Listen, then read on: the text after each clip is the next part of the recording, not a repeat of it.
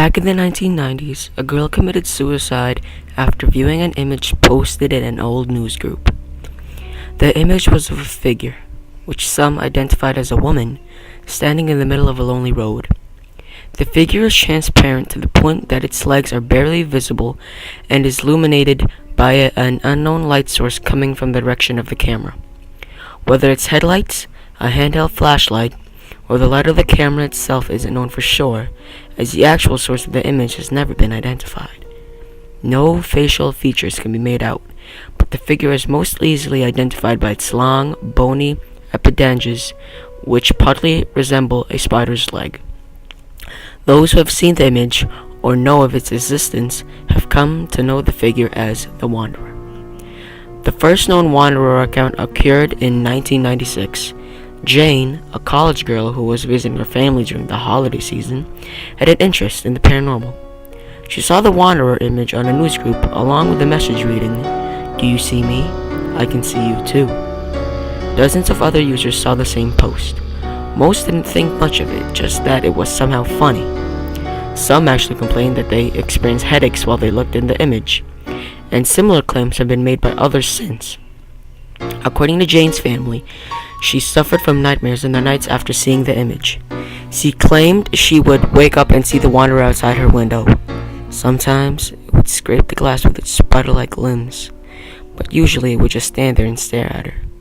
She would find herself unable to move with its presence, as if many unseen hands were holding her down. Even if she closed her eyes, she would still see it.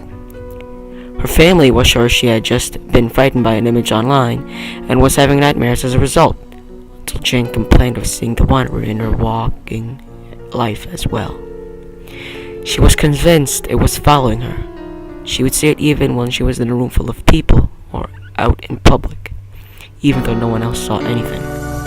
Jane's family feared for her sanity, but only assured her that the Wanderer wasn't real. Jane, however, only got worse. She began going to extreme lengths to stay awake at night. It started out just with caffeine and staying active, but quickly graduated to cutting herself and screaming all through the night. Before long, she wasn't sleeping at all.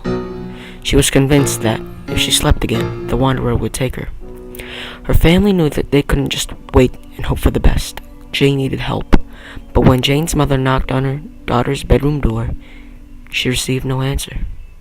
She carefully opened the door, not wanting to disturb or startle Jane, but she still heard nothing. Jane wasn't in bed. She wasn't sitting at her computer. She didn't appear to be in the room at all, until her mom checked the closet. There, Jane was found curled in the corner, blood reddened in the front of her body, having drained from the long slit across her throat. She was clutching a blood-stained note which read, "I can't have me now." Jane's case is not isolated. Through the rest of the 90s, dozens of others went missing or committed suicide after viewing the image of the Wanderer.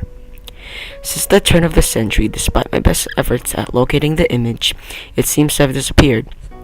Recently, though, I have posted on a news group asking if anyone had heard of the Wanderer. I've done this many times before, and usually there's one or two people who have heard of the story, but no one has seen the actual image. This time, it was different. Shortly after posting, I received an email in my inbox. I checked on it. The subject of the email was, "I can see you." The body only read, "Do you see me? I can see you too." There was an image attached with the message. I can't verify whether it's the real Wanderer image or not, but I must warn you that if you choose to view the image, you do so at your own risk.